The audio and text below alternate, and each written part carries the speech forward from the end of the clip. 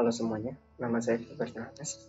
Hari ini saya akan membawakan makanan yang bernama tapak polo yang berasal dari Nusa Tenggara Timur, dari wilayah Manggarai Timur.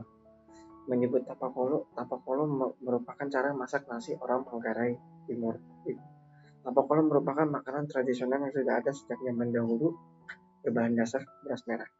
Tapak sendiri memiliki arti, yaitu bakar, sedangkan kolo juga memiliki arti, yaitu memasak dengan bambu.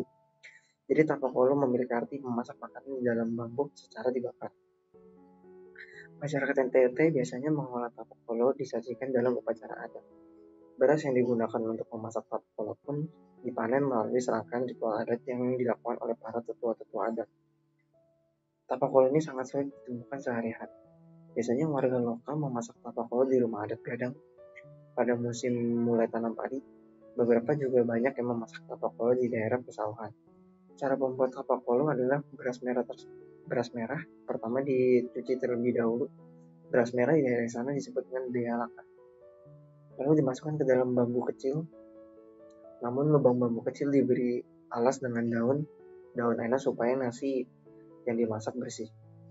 Sesudah itu tambahkan dengan air. Tapak polo memiliki variasi juga.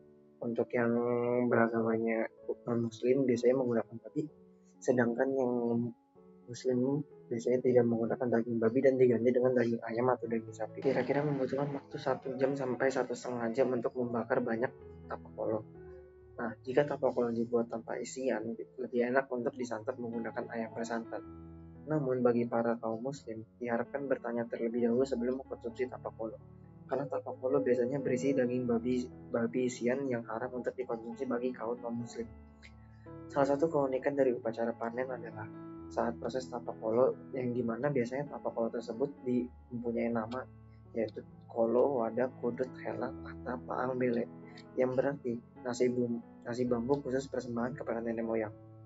Kolo wadah ini merupakan sentral dari seluruh proses acara adat syukuran orang Manggarai pada umumnya. Ketika semua nasi bambu selesai dibakar, proses yang dilakukan pertama adalah kolo wadah. Persembahan ini dilakukan kepada nenek moyang.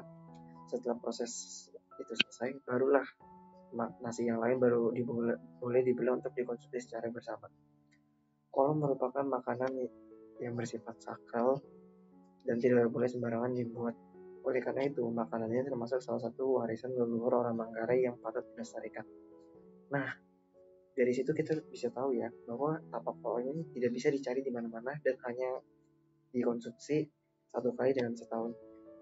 Namun, bagi kalian yang ingin mencoba untuk membuat tapak polo sendiri, tapak polo mempunyai bahan dasar seperti yang pertama adalah beras merah, garam secukupnya, dan penyedap rasa sesuai selera.